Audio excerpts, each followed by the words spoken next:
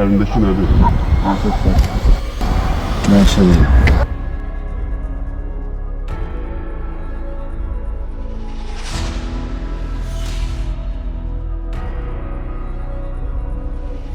Polis əməkdaşları tərəfindən narkotik vasitələrin qanunsuz dövriyyəsi və satışına qarşı mübarizə davam etdirilir.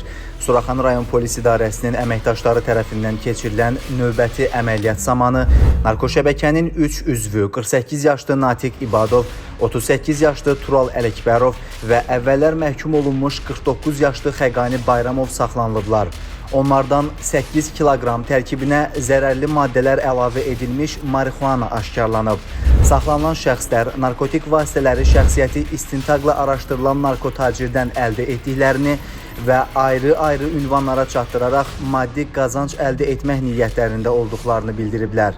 Faktlarla bağlı cinayət işi başlanılıb. Saxlanılan şəxslər barəsində məhkəmənin qərarı ilə həbs qəti imkan tədbiri seçilib.